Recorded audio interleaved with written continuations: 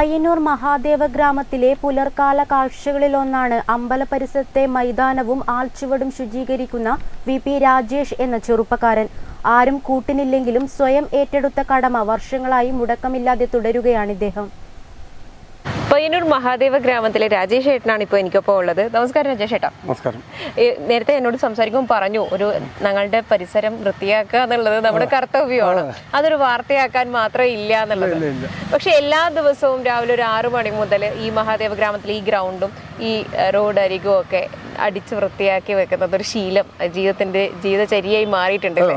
എത്ര വർഷമായിട്ട് ഇത് ചെയ്തു? 10-30 വർഷമായി ഏകദേശം തുടർച്ചയായിട്ട് ഇങ്ങനെ എനിക്ക് സമയം കിട്ടുമ്പോഴൊക്കെ എല്ലാ ദിവസങ്ങളും ചെയ്യാൻ പറ്റിയത് വരില്ല. എന്നാൽ പെട്ടെന്ന് ഞാൻ എൻ്റെ ചെറിയ പ്രായം മുതൽ കളിക്കുന്ന ഒരു ഗ്രൗണ്ടാണിത്. ഈ ഗ്രൗണ്ടിൽ ഞാൻ രാവിലെ എണീച്ചു കഴിഞ്ഞാൽ ഒരു 6-6:45 ഈ ഗ്രൗണ്ടിൽ നമ്മളെ കളി മുമ്പ് കാലങ്ങളിൽ ഫുട്ബോളായിരുന്നു, ക്രിക്കറ്റ് ആയിരുന്നു. ഇപ്പോൾ ഞങ്ങൾ ഷട്ടിലേക്ക് മാറി. അപ്പം ഞങ്ങൾ ഈ കളിക്കാൻ രാവിലെ വരുന്നതിന് മുമ്പേ 6 മണിക്ക് ഗ്രൗണ്ടിൽ വന്നു കഴിഞ്ഞാൽ 6:45 ലൈറ്റ് വരികയുള്ളൂ. അതിനു മുമ്പേ ഞങ്ങൾ ഈ വെറുതെ ഇരിക്കും. ഞാൻ ഒറ്റയ്ക്ക് നല്ല എൻ്റെ ഒരു ശീലമായി മാറിയാണ്. ഇവിടെ കാണുന്ന ഈ ഇലകളും കമ്പുകളും മറ്റെല്ലാം അടിച്ചു കൂട്ടിയിട്ട് ഞാൻ ഒന്ന് തീ വെച്ച് വൃത്തിയാക്കിയിട്ട് കളിക്കാൻ പോവുക എന്നുള്ളത് ഒരു ദിവസം തുടങ്ങുന്നത് അങ്ങനെയാണ്. അത് പിന്നെ നമ്മുടെ ഒരു വീടും പരിസരവും വൃത്തിയാക്കുക എന്നുള്ളത് എന്നെ സംബന്ധിച്ചൊരു വാർത്താ പ്രാധാന്യ വിഷയമല്ല. സാധാരണഗതിയിൽ തന്നെ നമ്മളിപ്പോ ഗാന്ധി ജയന്തി പോലെയുള്ള ദിവസങ്ങളിലാണ് എല്ലാവരും ഈ ശുചിത്വത്തിനെ കുറിച്ച് പറയുന്നതും ചുറ്റുപാടും വൃത്തിയാക്കുന്നതും ഒക്കെ ഉള്ളത്. പക്ഷെ അത് ജീവിതത്തിന്റെ ഭാഗമാക്കി കൊണ്ടുപോകുന്ന ഒരാള് തീർച്ചയായിട്ടും ഒരു മാതൃകയാണ്.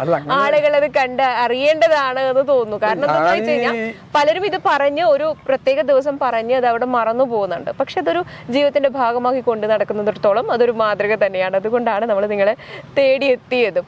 അപ്പോൾ ഈ അച്ഛനാണ് ഇത് തുടങ്ങി വെച്ചത്. അച്ഛൻ ഇങ്ങനെ ചെയ്ത് അത് കണ്ടാണ് തനിക്ക് ഇത് ചെയ്യാനുള്ള ഒരു പ്രചോദനം ഉണ്ടായെന്ന് പറയുന്നത്. നമ്മൾ വീട്ടിൽ നിന്നാണല്ലോ എല്ലാ ശീലങ്ങളും പഠിക്കുക. അപ്പോൾ അച്ഛൻ എങ്ങനെയായിരുന്നു ഈ ഒരു ശീലത്തിലേക്ക് എത്തിയത്? അല്ല, അച്ഛൻ ചെറിയ പ്രായത്തിൽ നല്ല അധ്വാനിയായ ചെറിയ പ്രായത്തിൽ തന്നെ എല്ലാ രംഗത്തും രാഷ്ട്രീയ പ്രവർത്തനത്തിലും മറ്റു കാര്യങ്ങളിലും എല്ലാം അധ്വാനിച്ച് വളരെ ഒരു തയ്യൽക്കാരനാണ്. ഈ നാട്ടിലത്തെ എല്ലാ സാംസ്കാരിക പ്രവർത്തനങ്ങളും സജീവമായ ഒരാളാണ്. ഈ കാണുന്ന ഫൈൻ ആർട്സ് സൊസൈറ്റിയുടെ സ്ഥാപക പ്രസിഡന്റാണ്. 40 വർഷമായിട്ട് ഈ സ്ഥാപനത്തിൻ്റെ പ്രസിഡന്റാണ് അച്ഛൻ. ഇവിടുത്തെ പഴയ കോൺഗ്രസിൻ്റെയും സംഘടനാ കോൺഗ്രസിൻ്റെയും ഒക്കെ ഈ പയ്യന്നൂർ ടൗണിലെ ചേംബർ ഓഫ് കൊമേഴ്സ്. അച്ഛൻ്റെ ഒരു സാംസ്കാരിക പ്രവർത്തകനാണ്.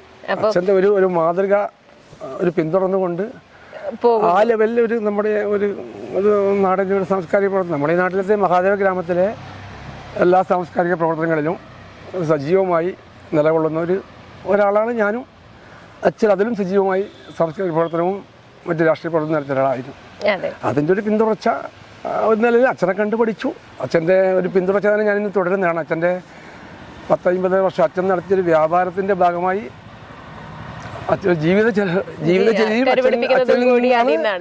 പഠിച്ചത്.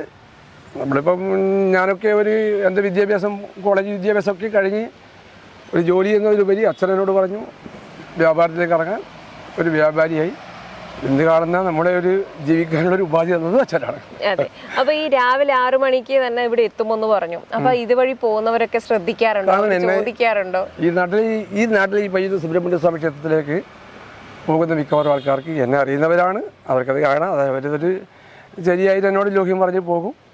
എന്താ രാജേഷ് എന്നില്ല ആ ലെവലിലൊരു ലോഹ്യം പറഞ്ഞിട്ട് മിക്കവാറും അമ്പലത്തിൽ പോകുന്ന സ്ത്രീകളും ആൾക്കാർ കുറവാണ്. മോർണിംഗ് വാക്കിൽ പോകുന്ന കുറച്ച് ആൾക്കാരുണ്ടാവും.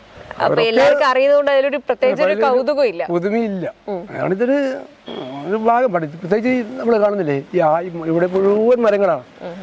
ആ മരങ്ങളുടെ ഇലകൾ വീട് കഴിഞ്ഞാൽ ഓട്ടോമാറ്റിക്കായിട്ട് അത് നല്ലവണ്ണം ഇലകൾ നിൽക്കും. ഇലകൾ ഒരു ദിവസം ഒഴിവാക്കിയിട്ടൊക്കെ ഇന്ന് രാവിലെ കഴിഞ്ഞ് വൃത്തിയാക്കിയ ഇലകളാണ് ഈ കാണുന്നില്ല.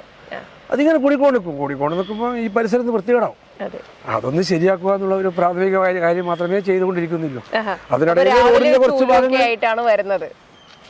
ചൂലുണ്ടാവും, ഒരു മനുഷ്യൻ കൈവശം ഒരു ചൂലുണ്ടാവും, കളിക്കേണ്ട ഷട്ടിൽ ബാറ്റ് ഉണ്ടാവും, എല്ലാ കാര്യങ്ങളും ഉണ്ടാവും രാവിലെ വരുമ്പോൾ.